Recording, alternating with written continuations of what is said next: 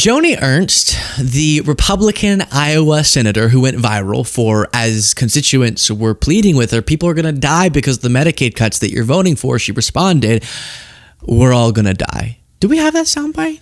We probably have that soundbite. Well, we all are going to die. Yeah. Well, she had an Iowa mom, one of her constituents, come up to her and confront her.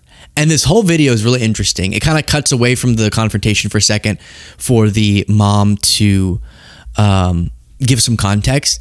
But you'll watch Joni Ernst like call her aide over and try to get the conversation and accuse the person. You're a reporter. Here. Get. And the lady's like, I'm an Iowa mom. I'm just asking you and telling you what these cuts are going to mean in families' lives like mine now that this monstrosity of a law was signed by Trump. I'll play this video for you. I think it'll make more sense if I go back to our live show in case you missed this whole saga, because I explained it during my speech at the live show in Austin a few weeks ago, so that you kind of know what this mom is talking about and who Joni Ernst is. So this was that, and I'll show you the confrontation. Less proud of and more unwilling to defend substantively, but them squirming and struggling to defend it has created some doozy quotes. For example, Joni Ernst, Iowa's Republican senator, who you know well, when told Medicaid cuts would lead to people dying, responded, quote, we're all gonna die. Which gives me the vibe of someone who, like, in their free time just smothers mice. We're all gonna die. She then literally went on and filmed a satirical apology video at a gravesite. So, people are not, well, we all are going to die. Hello, everyone. I would like to take this opportunity to sincerely apologize for a statement that I made yesterday at my town hall. I was in the process of answering a question that had been asked by an audience member when a woman who was extremely distraught screamed out from the back corner of the auditorium, people are going to die. And I made an incorrect assumption that everyone in the auditorium understood that, yes, we are all going to perish from this earth. Guys, if she weren't a senator, she would be a serial killer. That's so dark. I didn't say it. So that's the context. And with that in mind, just the most, so creepy and so weird. To go to a grave, this matters. People are saying you're going to ruin our lives by ripping away our healthcare, all for what? Tax cuts for the rich? And she goes and films that video. Maybe you couldn't see it, but she's at a gravesite being like, yeah, we are all going to die. It's just so creepy. So then this was the Iowa mom walking up to her, and I'll just play it uninterrupted. While I do, please do click the subscribe button if you appreciate this show. Hi, Senator. Hi. I've been following your work. Thank you. Yeah, yes. and I was just wondering about your vote for the big beautiful bill. Yes, it's so good. No, thank you. I actually. Yep, Zach, we've got a reporter. If you'd like to step in, thank you. I would like to tell you how it impacted our family and my son Luca. My son Luca was She literally gets her aide to jump in and interrupt. born at just 25 weeks. They didn't know he was going to make it. Like, it was a 50-50 shot. He needed help. He was just this tiny little 1-pound baby that fought for his life. 4 years down the road, we are still receiving services through Medicaid as our son is autistic. And when this big, ugly bill was introduced, my heart literally dropped.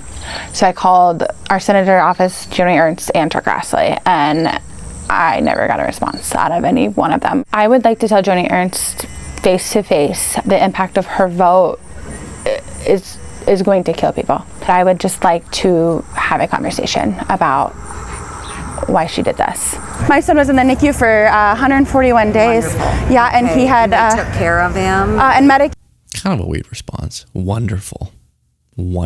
actually stepped in and we were able to afford our $1.7 million NICU bill. And now he is autistic, and we still require Medicaid. We will take that into consideration should any issues come up.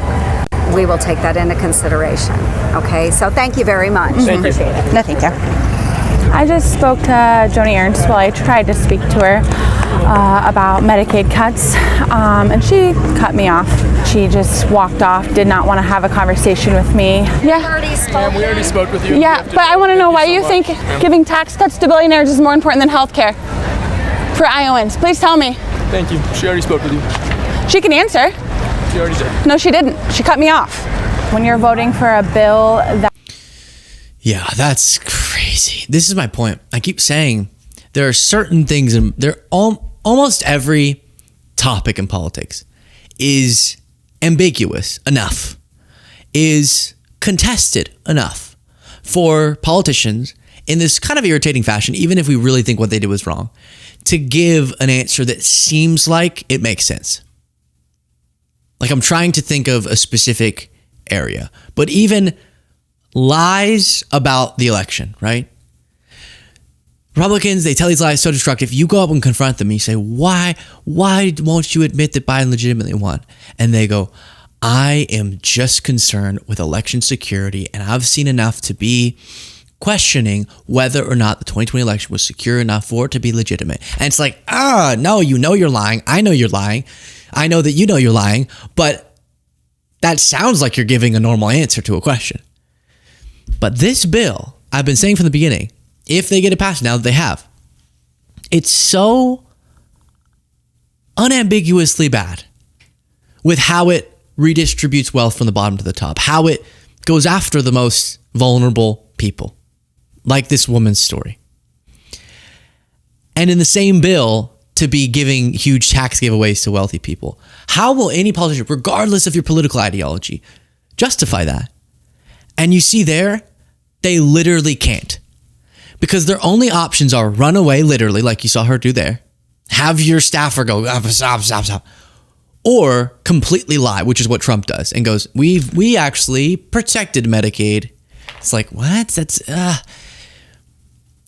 And so my hope is that something that blatant will make it, because it's hard for people to get clarity on things like this, the electorate generally. I hope it will give clarity to people about which side is not perfect, but better at representing your interests than the other. Now, I will remind you as we close this segment about the little ad we put together that I played at this speech. Mitch McConnell said, quote, they'll get over it. Now, in his defense, I guess he's not so concerned about people dying because he seemingly has been dead a long time. And that's not an age thing. I just mean that whole thing. They'll get over it. J.D. Vance, our vice president, who I only see altar photos of, by the way. I can't even remember what he actually looks like. Said, quote, it's immaterial. Well, maybe, JD, it's immaterial to you, but it's not immaterial to the millions of people who will have their life upended because of this callousness. Now, by the way, it's one thing to say these or to think these things in your head, which I don't know why you would, but it's one thing to think them. Why would you say them? Aside from the inhumanity, where's their political sense, their judgment? Telling people they're all going to die anyways while you take away their health care? Keep that thought to yourself. Sheesh. Like, just to drive home this point, let me tell you quickly about my little sister, Lily. There are so many positive things about Lily, so let me tell you the negative one. For context, again, she's my little sister, so I had to teach her things. Social skills advice, how to flirt with boys. My parents are here tonight, apologies for that piece. Could have left that out of the lesson plan. And I remember one day I walked in to ask her how I looked in an outfit. I was leaving for a date, and I said, how do I look, Lily? And she said, the outfit looks great.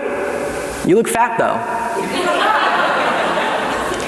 Now, instead of being mad, I just explained a new concept to her. Some thoughts you have and you keep to yourself, some thoughts you share with others. Apparently, Joni Ernst never got taught that lesson. We're all gonna die. That's a doozy. Now, that is a campaign message. Actually, let's help Joni Ernst out. Use this, please, Joni, in your next campaign ad. For too long, Americans have had to stress about healthcare, jobs, their next meal. In a country as great as America, those shouldn't be concerns, which is where the Republican Party comes in. Hi, I'm Joni Ernst, and it's time we grow up and get honest about these issues. You're worried about losing health insurance due to cuts we're doing to Medicaid, which could be life-threatening? Don't. Because you were gonna die one day anyways. You're worried you won't be able to afford food because of cuts to food stamps? Don't. You were going to die one day anyways, probably a sad, meaningless, and lonely death, wondering what it was all for. You suck. You're worried you might lose your job because of Trump's needless trade war that I support and won't be able to afford bare necessities?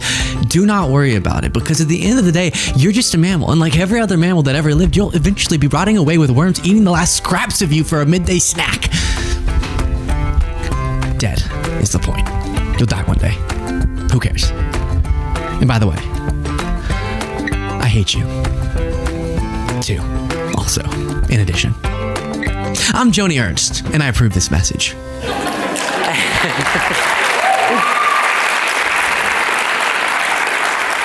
Strange thing to clap for, okay. And again, really try to... It's satirical, obviously, that little ad, but that would be the most honest. And I think, okay, you give her the one, all right, you accidentally spit out, we're all gonna die. Okay. Then you do the satirical video afterwards of the graveyard, and it's like, all right, you really don't seem to care. And then you finally have a chance to, your third chance with a constituent who has a personal story. It's not a lib Democrat operative who's trying to catch you, or a reporter like she accused her of. It's just a person that you represent who is going to be directly impacted or could be directly impacted by this terrible law. And you literally have to just scurry away from them and say, we'll take that into I forgot about that part. We'll take that into consideration. That was her response. We'll take this into consideration. Utterly shameless and hopefully politically disastrous.